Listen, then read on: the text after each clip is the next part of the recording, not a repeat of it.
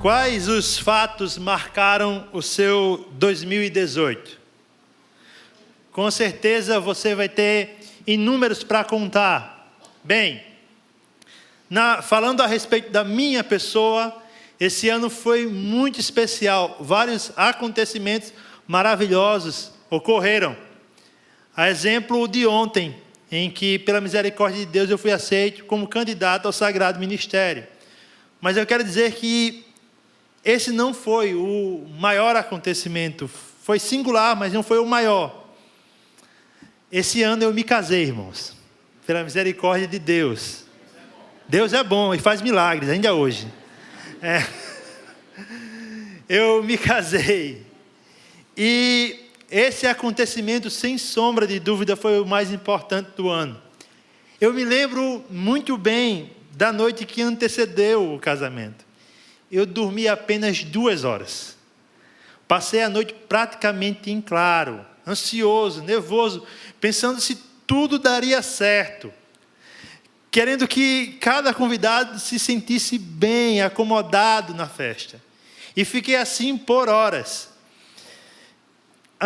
Cheguei antes de todo mundo lá, fiquei arrumando algumas coisas junto com o Rodrigo. Mas houve um momento neste dia em que toda a ansiedade foi embora. Todo o medo se dissipou. Foi quando eu ouvi a música que anunciava a entrada da noiva. E quando eu olhei, irmãos, lá no final do corredor eu vi Ingrid. E ela estava perfeita, irmãos. Linda. Somente Deus para criar algo tão perfeito como Ingrid.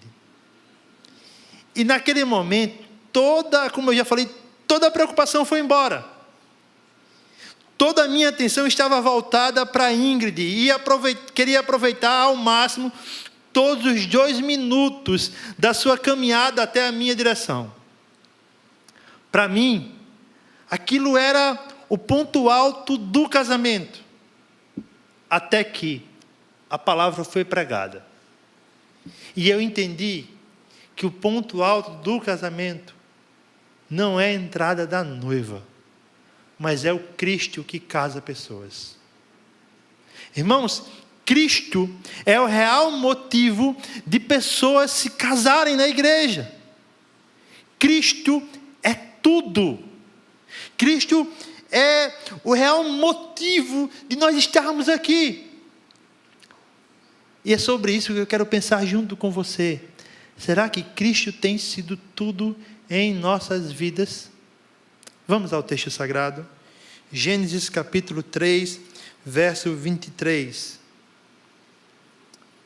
Por isso o Senhor Deus o mandou embora do jardim do Éden, para cultivar o solo do qual fora tirado. Depois de expulsar o homem, colocou a leste do jardim querubins e uma espada flamejante que se movia, guardando o caminho para a árvore da vida. Oremos, irmãos. Senhor, Tu és bom, Teu amor dura para sempre, Tua misericórdia estende-se de geração a geração. Obrigado, meu Deus, por tudo. Obrigado, meu Pai, pelo Teu Evangelho. Obrigado por mais uma vez participarmos de um culto onde o Teu nome é exaltado. Agora, Senhor, me ajuda. Me ajuda porque eu necessito de Ti para proclamar a Tua palavra. Eu necessito do Senhor porque eu não sou nada, mas Tu és tudo. Nos ajuda nesta tarde a compreendermos melhor o Teu Evangelho. É o que eu te peço em nome do Teu Filho Jesus Cristo. Amém. Como o reverendo Renan falou, a nossa série de janeiro será sobre santidade. E ela começa em dezembro. Então, na IPBE, dezembro já é janeiro.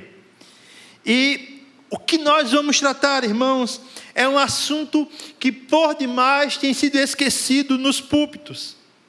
Não se prega sobre santidade.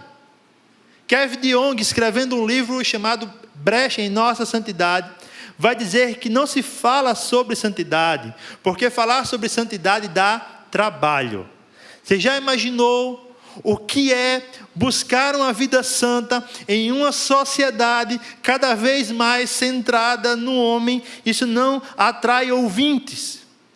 Mas, irmãos, a Bíblia afirma que sem santidade ninguém verá o Senhor. Por isso eu quero reforçar o apelo que o pastor fez. Se em janeiro você não tem nenhuma leitura programada, eu peço que você leia este livro de J.C. Ryle, Santidade, sem a qual ninguém verá o Senhor. É um livro excelente, irmãos, e é um assunto que, com certeza, invadindo o nosso coração, nos dará um 2019 ainda mais abençoado. Para que nós pregamos santidade? Porque falar de santidade é falar do caráter, é falar do que Deus espera de nós como seus seguidores. Falar de santidade é falar do Cristo, pelo qual nós somos santos. E Ele, irmãos, é tudo. Cristo é tudo para a nossa santidade. E não só para a nossa santidade. Cristo é tudo o que necessitamos. Por isso, nesta tarde, eu quero meditar com você nessa simples afirmação e pensarmos biblicamente como essa frase é tão poderosa. Cristo é tudo. E em primeiro lugar, irmãos, Cristo é tudo na história. Como o nosso texto começa? Começa em Gênesis capítulo 3. E aqui eu vou concordar com o Wisby quando ele diz: se Gênesis 3 não precisasse ser escrito, toda a nossa história seria diferente. Realmente, irmão, se Gênesis 3 não existisse, nós nem podemos imaginar como seríamos hoje. Porque antes de Gênesis 3, a palavra imperfeição não existia. Tudo era perfeito, tudo era bom. Você vai ler por vezes o Senhor afirmando: isso é bom, isso é bom. E viu Deus que era bom aos seus olhos. A perfeição dominava toda a humanidade. Deus cria o homem e o coloca no lugar perfeito. O Éden é melhor e muito melhor do que qualquer condomínio fechado que nós temos hoje. A natureza estava equilibrada. As secas não existiam. Tudo estava no seu devido lugar. Até que Gênesis 3 começa. E quando esse texto começa, ele começa a narrar o pior acontecimento na história humana. Não pense que as 2 guerras mundiais que atravessamos foram os piores acontecimentos. Não pense que qualquer outro genocídio que ocorreu na história é pior que Gênesis 3. Gênesis 3 é a origem de tudo isso. É aqui que a imperfeição nasce no ser humano. Pelo que, irmãos? Adão achou que Deus não era suficiente para ele. Em uma sede inexplicável por poder, ele quis ser igual a Deus e comeu do fruto da desobediência. Deus agora vai atrás daquele homem rebelde, e o resgata. Adão, Adão, aonde você está? Essa voz ecoou no jardim. E Adão atendeu o chamado de Deus. E agora nós sabemos o desenrolar da história. Deus fala com a serpente e diz o castigo para ela. Fala com a mulher e diz as consequências dos seus atos, o castigo. Fala para o homem e também diz as consequências dos seus atos, o seu castigo. Até que, no texto que nós lemos, homem e mulher, Adão e Eva, são expulsos do paraíso. Veja, Perceba o que Deus diz a Adão no verso 23. Ele afirma que Adão agora iria cultivar do solo que foi tirado. Adão, você veio do pó, você veio da terra, e agora essa terra dará trabalho a você. Você irá literalmente suar para tirar a sua alimentação. E no verso 24, por incrível que pareça, ou o mais contraditório que possa parecer aos seus olhos, o que temos aqui é um ato de amor divino. Deus expulsa o homem do Éden porque ama o homem. Ele não quer que o homem coma da árvore da vida. Por isso, em amor, o expulsa do lugar perfeito que havia sido contaminado. Agora, homem e mulher estão expulsos do Éden. Mas o pior do que isso, homem e mulher tiveram sua comunhão com Deus rompida por conta do pecado. Gênesis 3 é má notícia em cima de má notícia. É um capítulo triste. Mas mesmo assim, nós encontramos uma promessa poderosa. Mesmo no pior momento da história humana, Deus é tão misericordioso que nos dá uma promessa grandiosa. Em Gênesis 3:15, ele vai dizer: porém, inimizade entre você e a mulher, entre a sua descendência e o descendente dela. Este ferirá a sua cabeça, e você lhe ferirá o calcanhar. Deus olha para a serpente e faz uma promessa. Nasceria um descendente de mulher, que acabaria com as suas obras. Nasceria um descendente de mulher, que destruiria as obras do mal. Agora, o que nós enxergamos na Bíblia Sagrada não é a história da humanidade. O protagonista da Bíblia não é o homem. O protagonista da Bíblia é esse descendente. Durante toda a Bíblia, nós veremos como Deus preservou a descendência da mulher para que esse descendente viesse a nascer. Por isso, irmãos, por que o mar se abriu? Por conta desse descendente. Porque as muralhas de Jericó caíram? Por causa desse descendente. Porque um jovem derrotou um gigante? Não foi apenas uma vitória simples, ou um milagre. Não foi apenas isso. Foi por causa do descendente. Toda a história do Antigo Testamento aponta a preservação de Deus para que esse descendente viesse a nascer. E aí, você já deve saber, pelos sermões que me antecederam, que nós comemoramos no Natal o nascimento dele, desse homem, desse descendente, Jesus Cristo.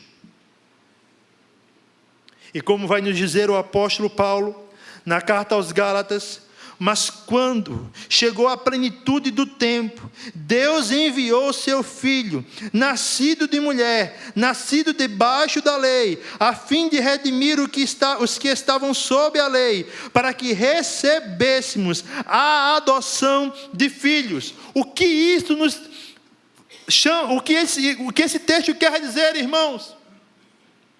Deus preserva na linha da história o seu governo. Ele governa de forma grandiosa, para que no tempo certo Cristo viesse à terra. Portanto, toda a história humana tem um protagonista, e ele é Cristo Jesus. Assim, pense comigo: se Cristo é tudo na história, por que temer 2019?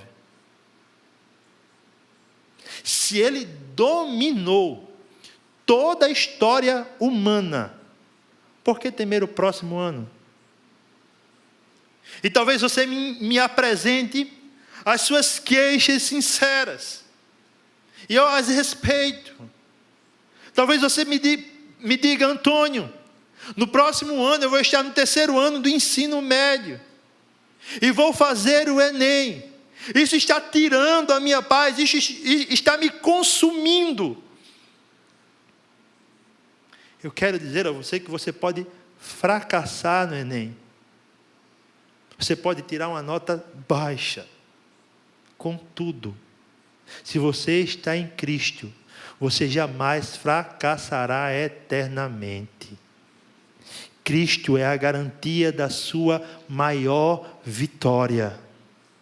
Portanto, não tenha medo do amanhã.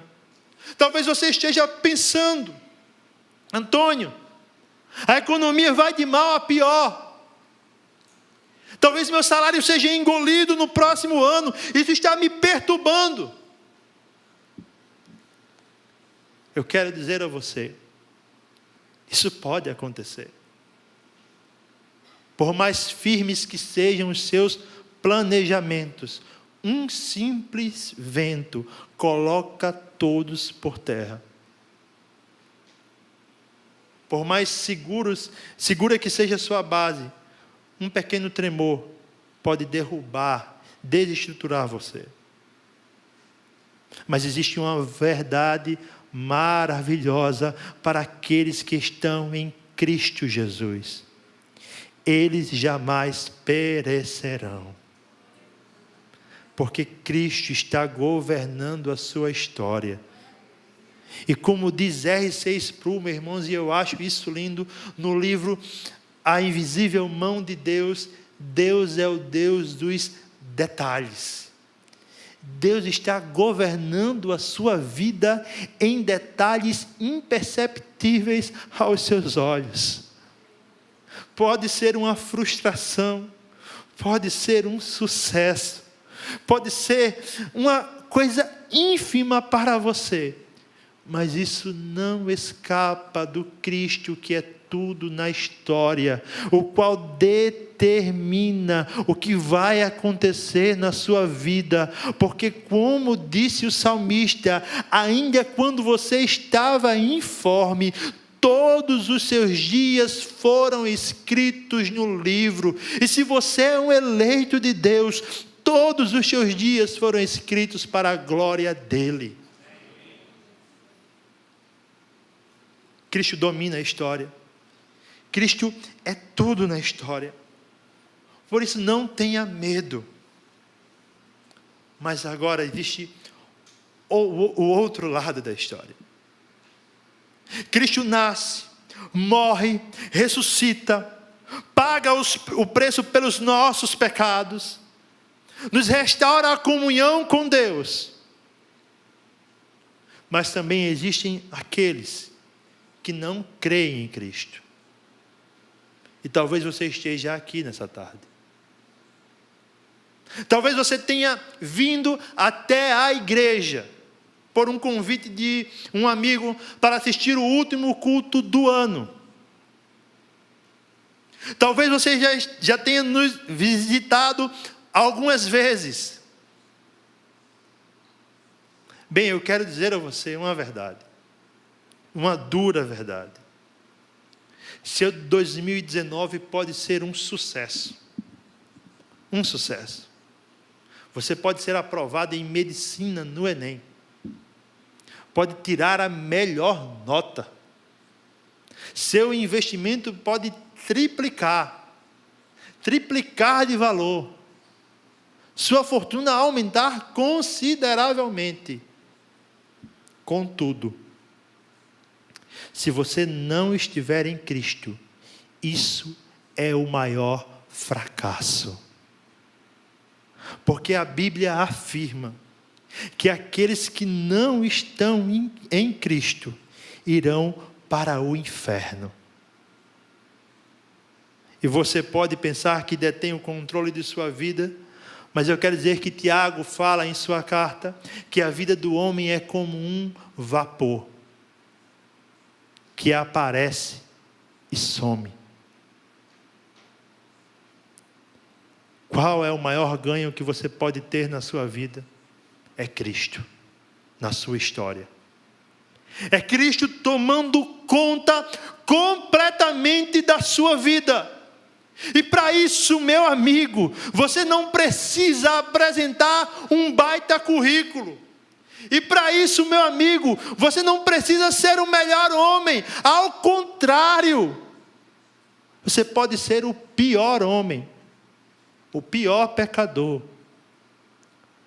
Mas se Cristo te chamar nesta tarde, você será o homem mais justo da face dessa terra, porque Cristo é a nossa justiça, e se estamos em Cristo, desfrutamos da justiça dele. Não saia daqui sem Cristo. Não volte para casa sem Cristo. Não perca a sua vida. Cristo é tudo na história. Cristo domina completamente a história. E dominando a história, Ele chama para si um povo. E dominando a história, Ele elege um povo que nós chamamos, e Ele chamou, de igreja. E Ele, irmãos, é tudo na igreja. Abra sua Bíblia na carta de 1 a Pedro, capítulo 2, versículo 9 e 10.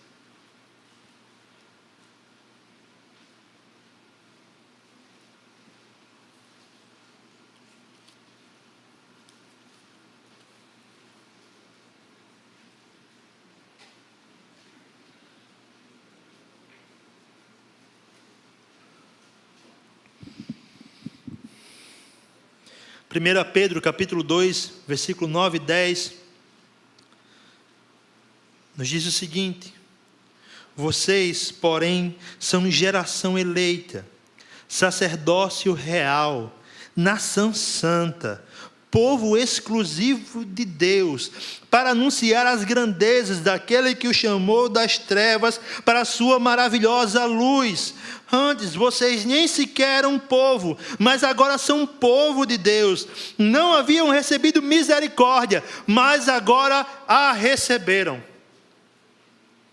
O apóstolo, escrevendo essa carta, propriamente neste capítulo, ele vai falar de dois tipos de pessoa, e aí eu serei um pouco repetitivo. O primeiro tipo dessas pessoas são as que rejeitaram a Cristo, não acreditaram nele.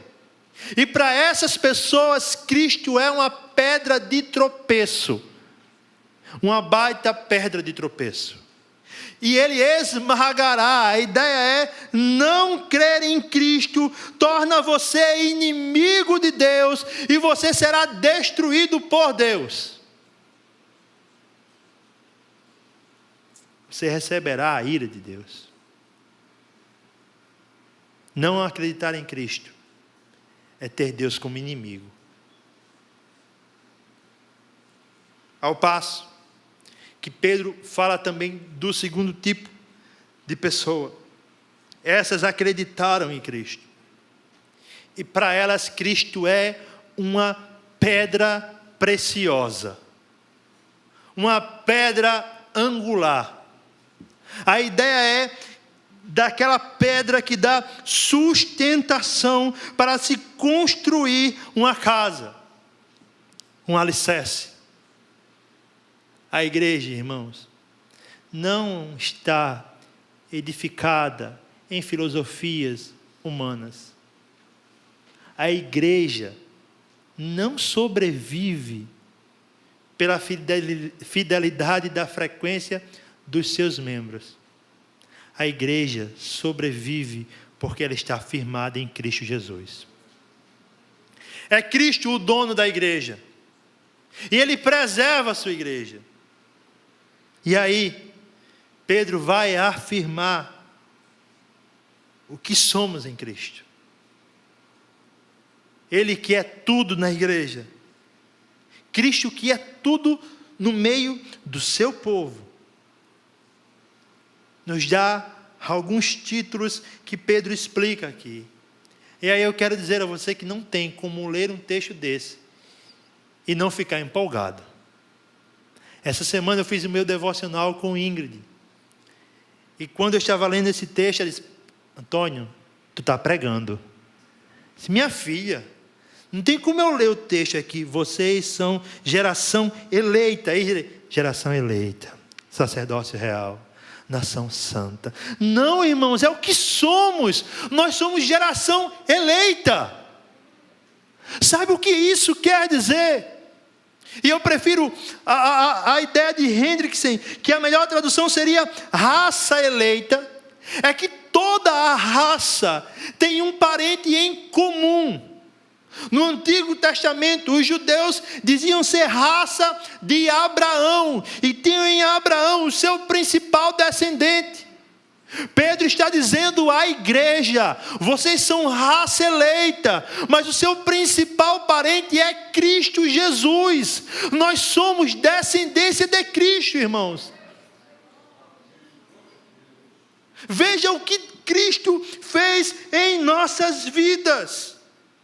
Você é sacerdócio real.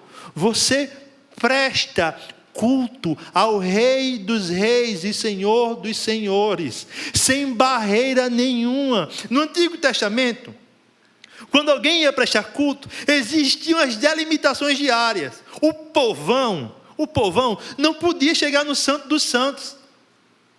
Esse povão aqui, quando ora, adentra o Santo dos Santos de Deus e tem comunhão com Ele, porque o véu foi rasgado. Nós somos sacerdócio real, irmãos.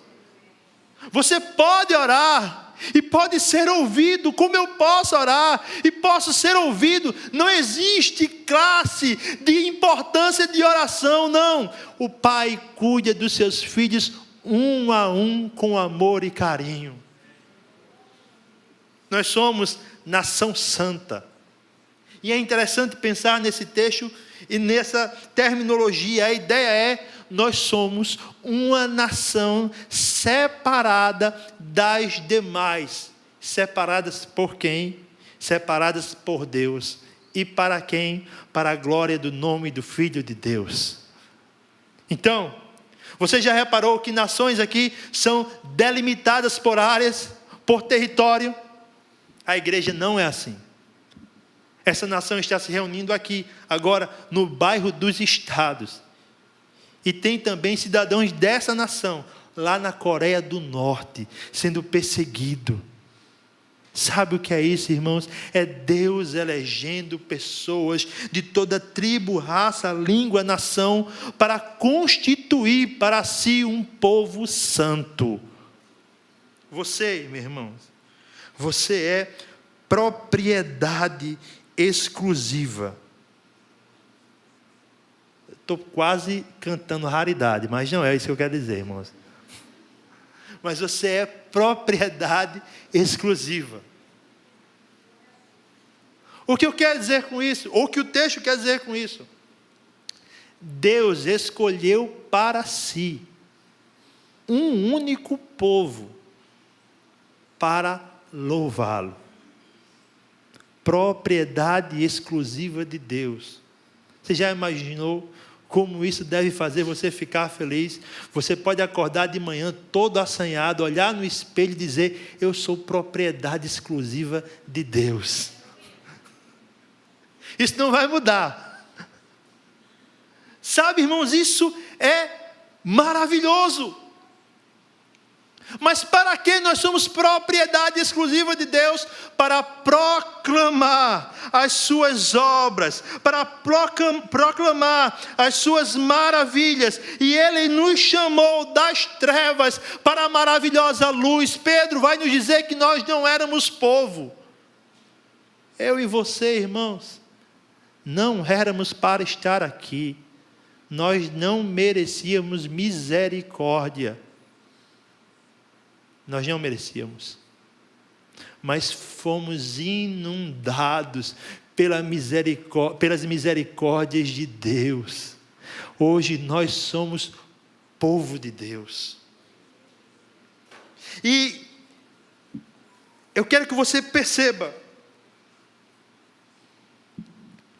isso deve influenciar todo o seu ano, ou toda a sua vida. Isso deve dominar e ser tudo para você. O fato de você estar no povo de Deus, estar em Cristo.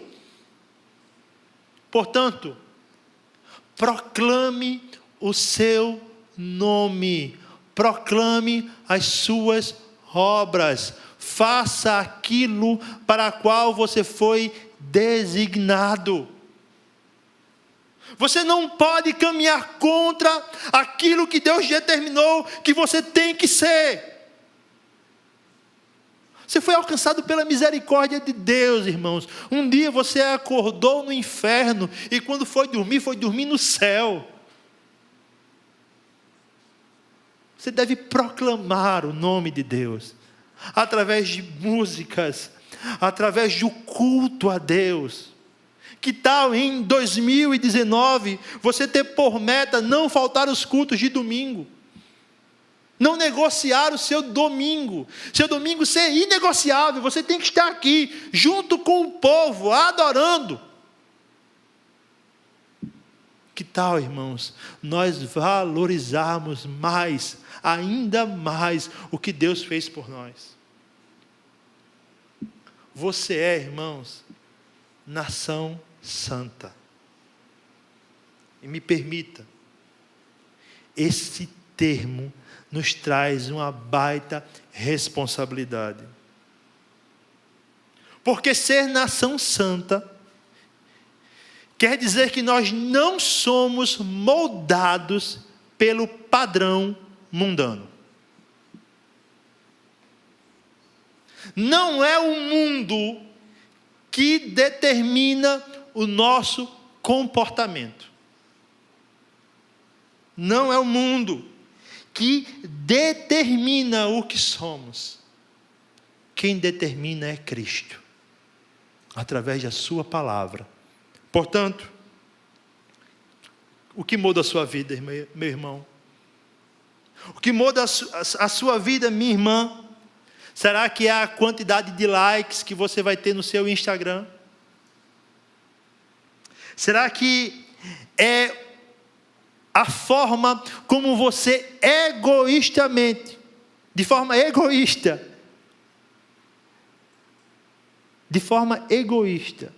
cuida das suas finanças? Será que é a sensualidade que domina o seu coração? Ou é a ansiedade pela coleção, pela tendência da moda do próximo ano? Ou uma boca desavergonhada que profere todo tipo de palavra torpe?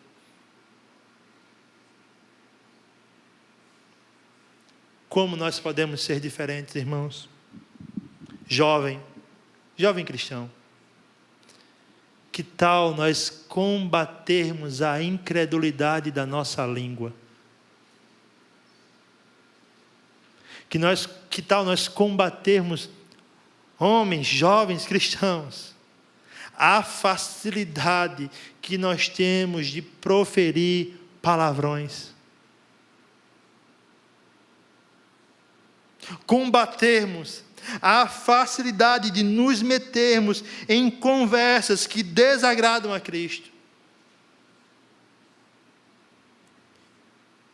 E basearmos o nosso falar no que Provérbios vai chamar de sabedoria. Jovem cristão, me permita. Que tal parar de usar sensualmente o seu Instagram ou qualquer outra rede social, postando fotos indevidas? Eu não estou falando aquelas que tem o versículo embaixo, porque por incrível que pareça, elas existem. O Senhor é meu pastor e nada me faltará. Eu não estou falando dessas. Eu estou falando daquelas corriqueiras. Que tal parar com essas fotos e se vestir com piedade? O seu Instagram tem que transparecer, tem que deixar claro de qual povo você faz parte.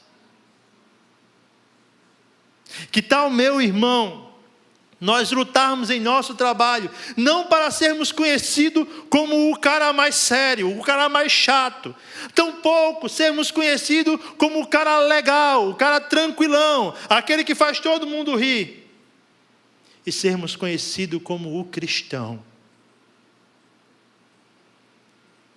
Que quando olharem para nós, enxerguem em primeiro lugar Cristo Jesus em nossas vidas.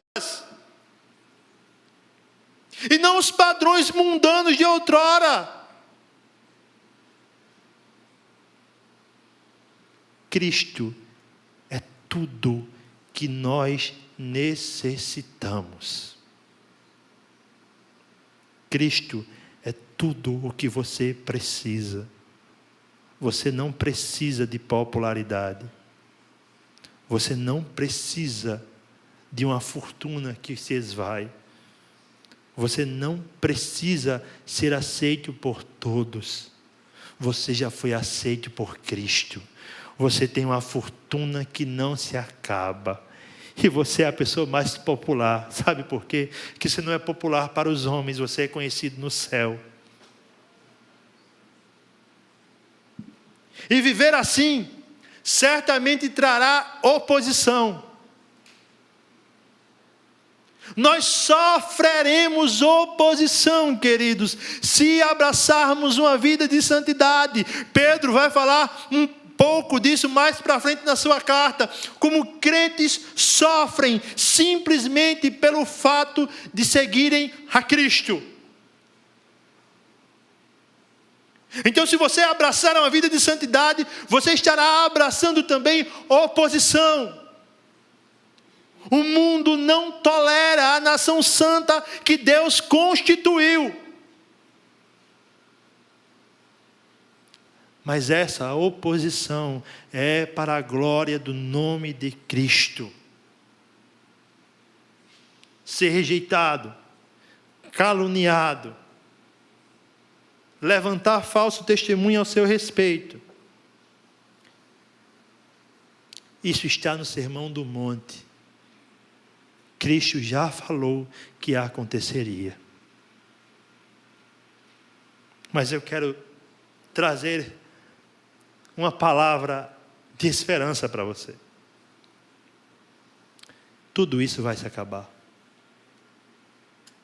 Porque, irmãos, um dia Cristo voltará. E nós aprenderemos também uma coisa: Cristo será tudo no céu. Abra sua Bíblia em Apocalipse, capítulo de número 21.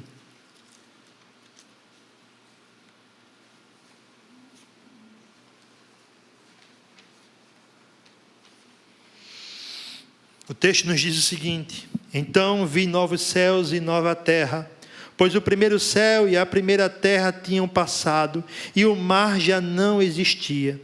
Vi a cidade santa, a nova Jerusalém, que descia dos céus da parte de Deus, preparada como uma noiva adornada para o seu marido. Ouvi uma forte voz que vinha do trono e dizia: agora o tabernáculo de Deus está com os homens, com os quais ele viverá. Eles serão o seu povo. O próprio Deus estará com eles e será o seu Deus. Ele enxugará dos olhos toda lágrima. Não haverá mais morte, nem tristeza, nem choro, nem dor, pois a antiga ordem já passou. Aquele que estava assentado no trono disse: estou fazendo novas todas as coisas. E acrescentou: escreva isto, pois estas palavras são verdadeiras e dignas de confiança. Disse-me ainda: está feito. Eu sou o Alfa e o Ômega, o princípio e o fim. A quem tiver sede, darei de beber gratuitamente da fonte da água da vida.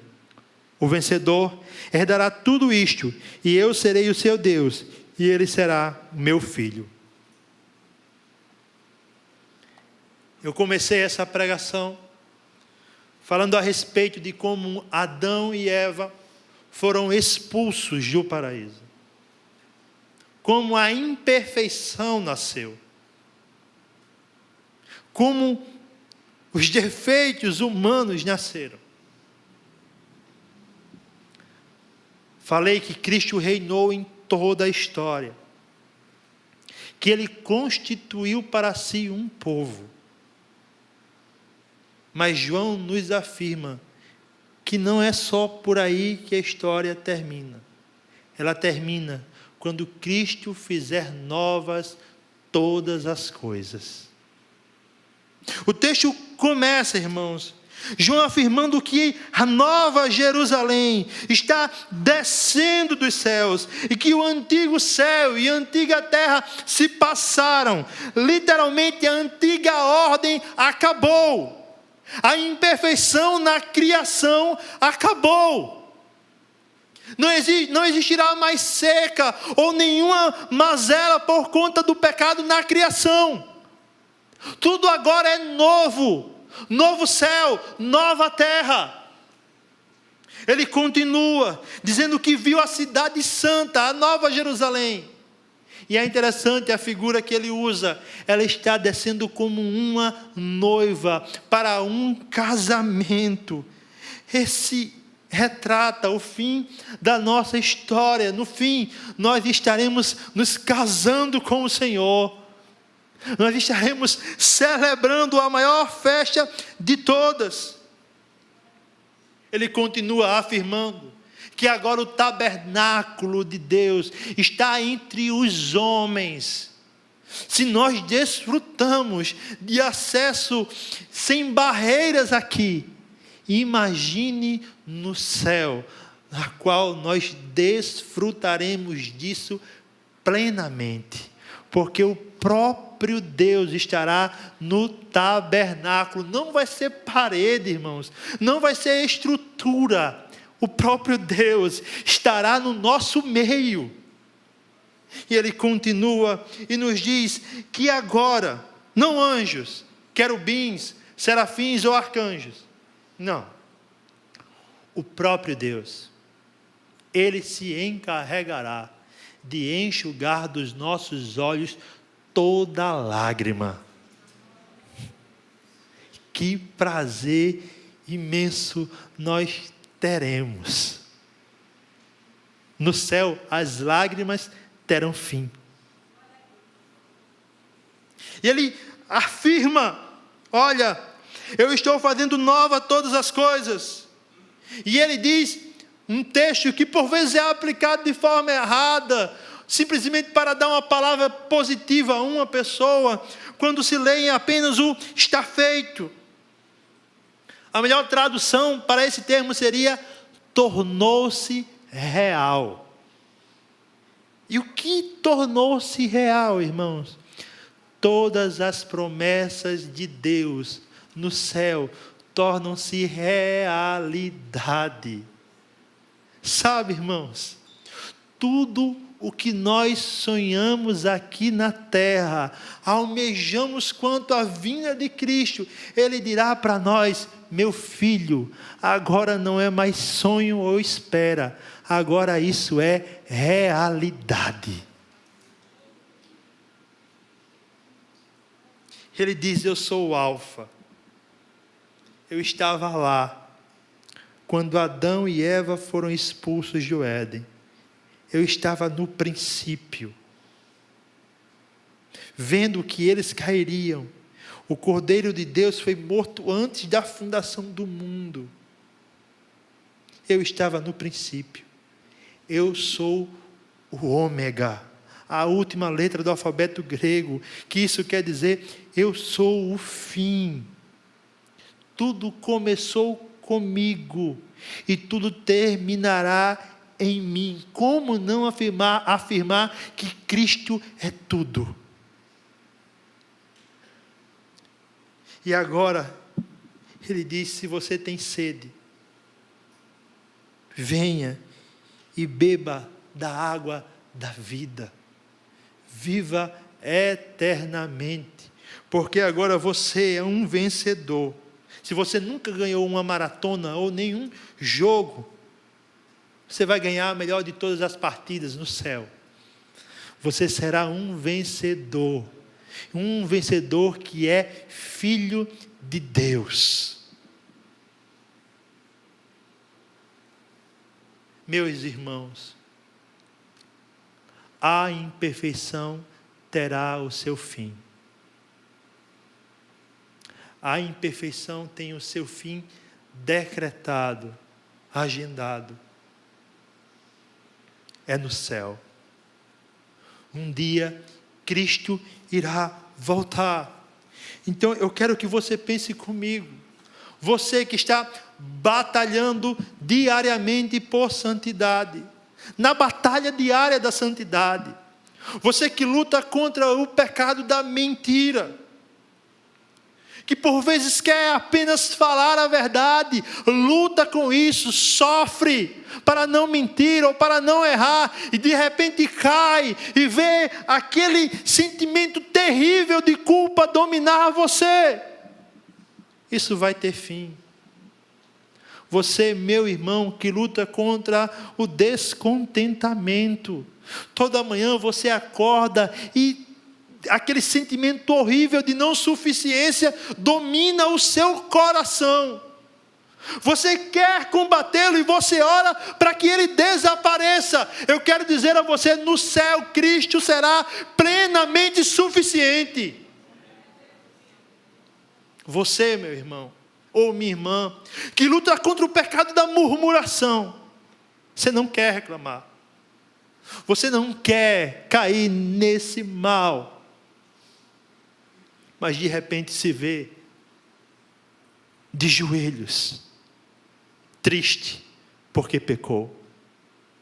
No céu a murmuração não entrará. Esse defeito não incomodará mais você. No céu você vai chorar pela última vez. Porque nós estaremos diante do Senhor. E como o texto afirma, Ele enxugará dos nossos olhos toda lágrima. Chega de tristeza, chega de imperfeição, chega de tragédias. No céu tudo é perfeito, no céu tudo é real. No céu, irmãos, tudo é Cristo, para a glória de Cristo e em louvor a Cristo. Mas eu quero falar para você ainda, que talvez em 2018, foi assaltado pelo pior inimigo da humanidade, a morte. Talvez você tenha perdido pessoas queridas. E não há nada mais cruel do que esse castigo. Ele consome todas as suas forças. A morte não entrará no céu, irmãos. A morte terá o seu funeral. Ela se acabará diante da perfeição do Cordeiro de Deus, porque Ele já a venceu e a vencerá de uma vez por todas. Nós não mais morreremos, irmãos. Nós estaremos para sempre com o Senhor. Quer oferta melhor? Não é um condomínio de segurança privada. Não é simplesmente mais um projeto do governo. É o próprio Deus que estará com você. O próprio Deus. Contudo, eu faço um alerta. Se Cristo não é tudo para você aqui na terra, o céu não é o seu lugar. Se Cristo não é suficiente para você aqui na terra, o céu não é para você. O céu é para aqueles que veem em Cristo tudo o que eles necessitam para caminhar, para viver. Portanto, meu amigo, eu falo de novo com você. do que adianta a sua vida ser baseada em coisas terrenas e ir para o inferno? Quando Cristo morreu por você e garante uma morada no céu. Um dia, irmãos, Ele vai voltar. O meu casamento,